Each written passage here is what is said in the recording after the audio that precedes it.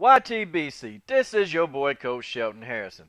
And boy, I was supposed to drop this video as soon as this fight happened, but as soon as this fight went off, I fell asleep.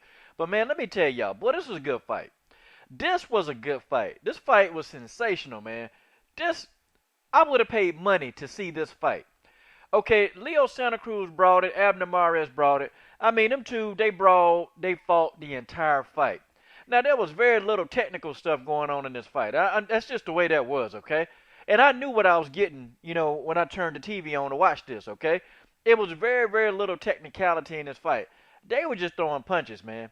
They were throwing punches, they were swinging for the fences, and the best man won. It was Leo Santa Cruz, okay? Uh, I like what Leo Santa Cruz was doing in this fight. Abner Mares came on strong, man. He came on, and I'm talking about he came on and he brought the fight to Leo Santa Cruz. I'm talking about he brought the fight to him. He got in Leo Santa Cruz's chest. He was throwing these little short range hooks, catching Leo Santa Cruz on the chin. But Santa Cruz stood like a trooper. He stood in there. He stood in there like a good soldier.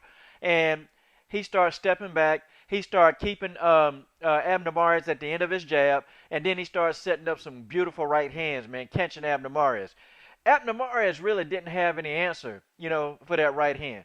Leo Santa Cruz was landing that thing all night long. He was hitting them all night long.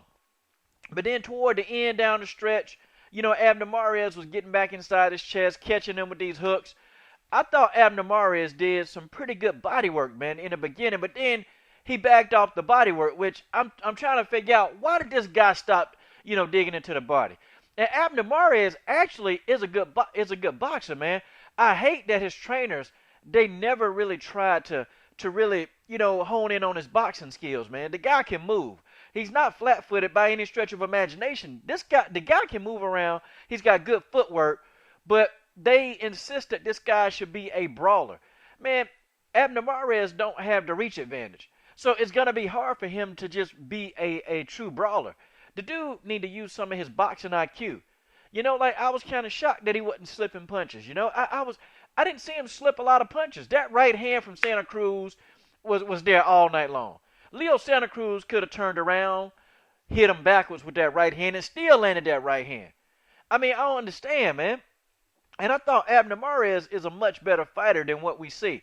But still, I can't take nothing away from Leo Santa Cruz. I just can't do it. And I know I've been hard on Santa Cruz. Listen, I've been his hardest critic. But I'm finna give him some praise in this particular fight. He brought it. I mean, Leo Santa Cruz answered his first test. And I think this is his biggest challenge. I think Abner Mares brought the fight out of Leo Santa Cruz, okay?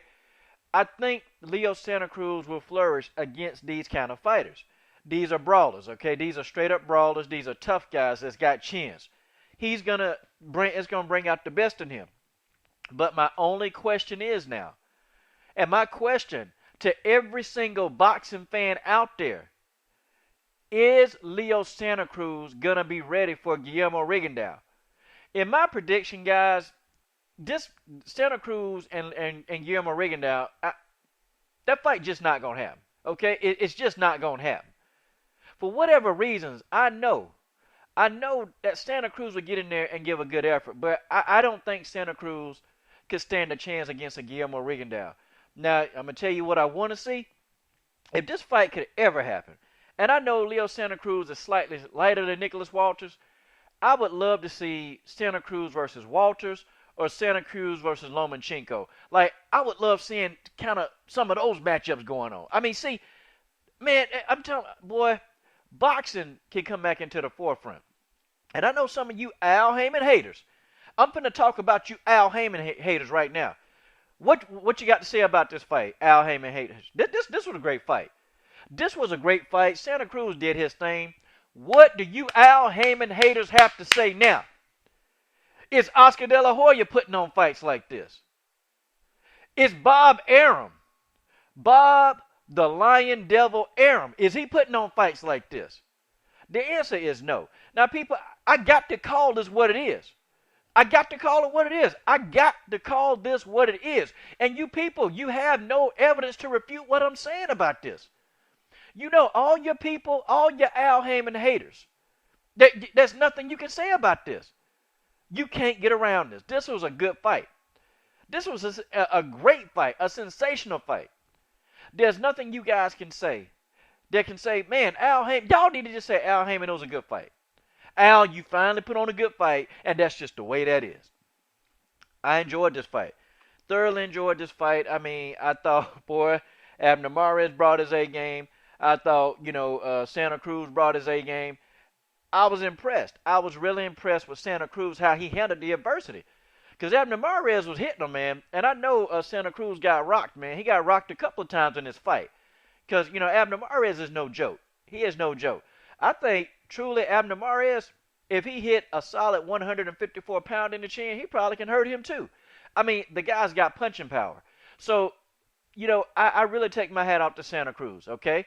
I take my hat off. And, I think the next super fight, it'll either be, listen to this. This will be the next super fight. It'll be Santa Cruz versus Rigondeaux, Santa Cruz versus Lomachenko, Santa Cruz versus Walter. But I don't think the Walter fight could ever happen because Walter is probably a tad bit heavy, okay? And he comes in pretty heavy too. So maybe the Walter fight could never happen. But man, Lomachenko or Rigondeaux, man, those will be two great fights. I'm talking about, man, Santa Cruz got some options now. And Santa Cruz got some options to make him some real money too.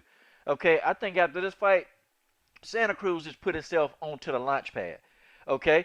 But I know if he fights either one of those two now, I mean, he was asking for $3 million to fight Rigondeaux. And maybe it was a waiting game. Shoot, Santa Cruz probably could get $6 million now to go into the fight with Rigondeaux. Or he might get, 3 or $4 million to fight, Lomachenko. Who knows? See, I don't know if that fight with Lomachenko could ever happen. It's probably because, Bob Arum, Lomachenko's with Top Rank. And so, Santa Cruz, they're doing business with Al Heyman. So I don't know. I don't know if the fight could happen, but boy, it'll be a hell of a fight if that fight could ever happen. Okay? It'll be a heck of a fight. I've been hard on Santa Cruz. And I know you Santa Cruz fans. I know you can't believe that Coach is finally giving Santa Cruz some praise. I know you guys can't deal with this. You can't believe it. I know you want to say that Coach might be sick. No, I'm not sick, Santa Cruz fans. Yes, I'm giving Leo his just due. Okay? You heard it right here. Coach Shelton Harrison, Santa Cruz did an outstanding job. What's next for Santa Cruz?